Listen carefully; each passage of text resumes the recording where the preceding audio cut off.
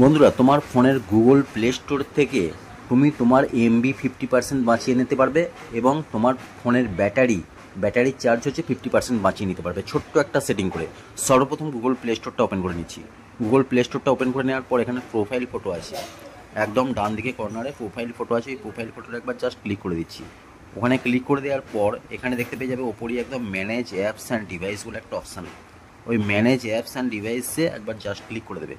Click করে দেওয়ার পর এখানে দেখতে পেয়ে যাবে ম্যানেজ বলে একটা উপরে অপশান। ওই ম্যানেজ অপশানে জাস্ট একবার ক্লিক করে দেবে। ম্যানেজ অপশানে ক্লিক করে দিলে এখানে দেখো দিস ডিভাইস বলে একটা এখানে অপশান দেখতে পেয়ে যাবে। তার ডান দিকে একটা অ্যারো আছে, ওই অ্যারোতে জাস্ট একবার ক্লিক করে দেবে। অ্যারোতে ক্লিক করে দেওয়ার পর নিচে দেখতে পেয়ে যাবে নট ইনস্টলড বলে একটা অপশান। ওই নট ইনস্টলে একবার ক্লিক করে দেবে।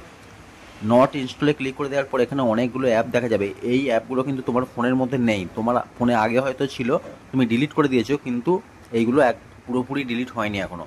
তোমাকে এখান থেকে গুগল প্লে স্টোর থেকে কিন্তু একটা এখান থেকে এই অ্যাপগুলো ডিলিট করতে হবে।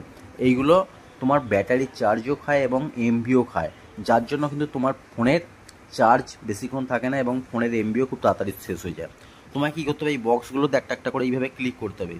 এইভাবে প্রত্যেকটা যতগুলো অ্যাপ আছে, তোমার ফোনে হয়তো আরও বেশি অ্যাপ থাকবে, প্রত্যেকটা করে তারপরে এখানে দেখো ডিলিটের অপশান আছে, ডান দিকে একদম কর্নারে ডিলিটের অপশান আছে।